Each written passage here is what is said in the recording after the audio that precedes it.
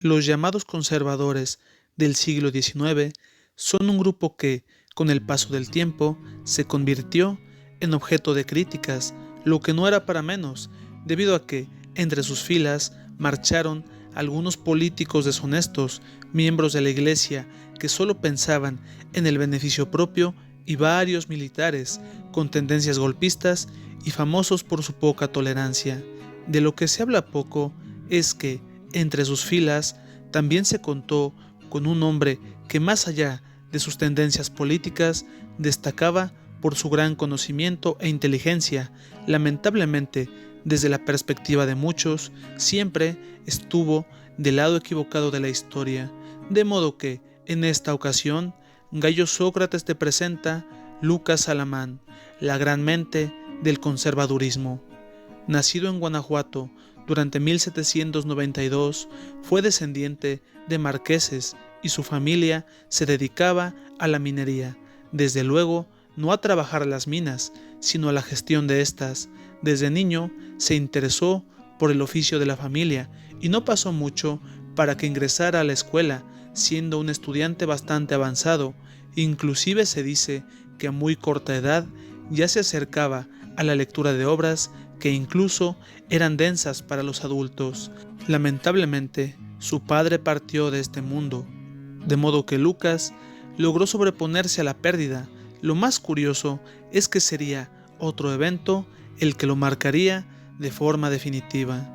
Durante el mes de enero de 1810, Lucas conoció al sacerdote de Dolores, don Miguel Hidalgo, viejo amigo de su fallecido padre.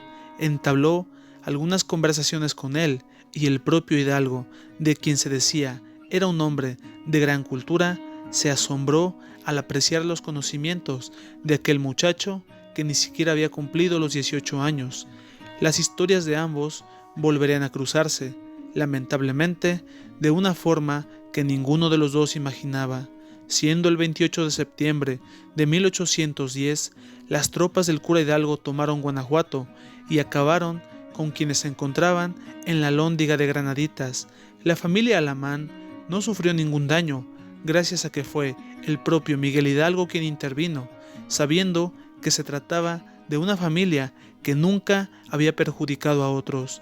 Lucas y su madre, junto a otros familiares, lograron salir de Guanajuato. Sin embargo, aquel joven nunca olvidaría aquellos sucesos, de modo que comenzó a alojar distintos sentimientos en contra de los insurgentes. Después estudió en el seminario de minería, donde destacó en varias disciplinas, como la botánica y la química. Luego permaneció en la capital durante 4 años, hasta que tuvo la oportunidad de embarcarse a Europa. Viajó por varios países, destacando España, Francia, Italia y Prusia, donde se hizo de distintos amigos y también aprendió y admiró la cultura de aquellos lugares. Fueron 6 años los que viajó, y cuando volvió a la Nueva España, ocupó el cargo de secretario de la Junta de Sanidad durante el gobierno de Apodaca. Lo que nunca imaginó fue que sería convocado como diputado,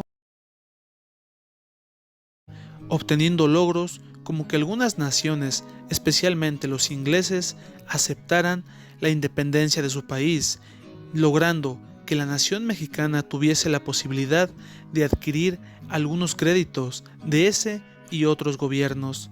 2 años después, durante 1825, Lucas encaró a uno de sus mayores adversarios, el embajador de España.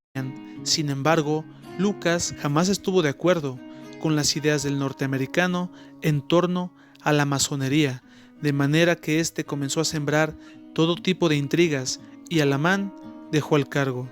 Lo que no se esperaba fue que años después, durante 1830, su presencia como gran aristócrata e intelectual sería necesaria durante la administración de Anastasio Bustamante, un presidente que fue tachado de golpista. Durante su gestión como ministro, manifestó la necesidad de que México lograra la paz con España y el Vaticano. De igual manera, indicó que la hacienda pública debería estabilizarse con la intención de un eventual crecimiento económico. Finalmente, la propuesta que llamó la atención de muchos fue la de disciplinar al ejército, sabiendo de los golpes militares acontecidos y los que podrían presentarse. Lamentablemente, sus vínculos con el presidente Bustamante ocasionaron que él también fuese acusado de golpista, de manera que tuvo que ocultarse durante los siguientes 3 años. Llegado el año de 1835, fue absuelto por la Suprema Corte. No pasó mucho tiempo para que Lucas, nuevamente laborando como ministro, se percatara de que, en Texas, había cada vez más y más migrantes, los cuales no se apegaban a las leyes mexicanas, destacando lo vinculado a la esclavitud, de modo que Lucas comenzó a tomar medidas para limitar la migración. No pudo evitarlo y en 1836 México perdió la provincia tejana. Durante el año de 1842, mientras Santana ocupaba una de sus muchas presidencias, fue director general de la industria nacional, sin dejar de lado que fue Lucas uno de los pocos hombres que lograban frenar a Santana en sus muchos impulsos sin sentido. Ya para 1844, Lucas comenzó a convertirse en uno de los grandes conservadores de la época. Muchos son los ejemplos de este cambio, destacando una serie de conferencias que impartió sobre la historia de México, mismas que habían de convertirse en un libro, donde mencionaba que los dos grandes momentos de la historia nacional eran la conquista y la independencia. De la conquista decía que había sido un gran beneficio debido a la llegada del catolicismo, sin dejar de lado que expresaba su admiración a Hernán Cortés. De la independencia decía que había sido un proceso necesario, aunque mal manejado, destacando la idea de que la nación independiente debía conservar los antiguos modelos de gobierno. Llegó a decir que la pérdida de los estados del norte durante la lucha contra los norteamericanos había sido porque el país forzó su naturaleza histórica, lo que lo hundió en la inestabilidad.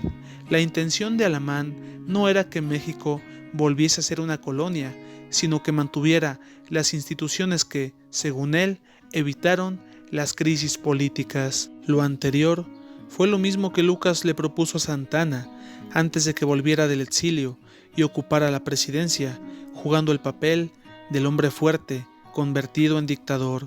Lucas sabía que Santana era muy inferior a él intelectualmente, de manera que lo controlaría y buscaría la forma de dar estabilidad al país, dando lugar a un gobierno dictatorial y católico, donde las divisas serían el orden y el poder económico, lo que no logró, debido a que una pulmonía acabaría con él un 2 de junio de 1853, lo que ocasionó que la dictadura santanista llegara demasiado lejos hasta su caída, 2 años después, durante la lucha de Ayutla. Lo que nunca imaginó fue que otros políticos y militares adoptarían varias de sus ideas y que con el paso del tiempo sería considerado el gran ideólogo del conservadurismo. De Lucas Alamán es posible decir varias cosas negativas, sin embargo, los conservadores posteriores a él hicieron otras mucho peores.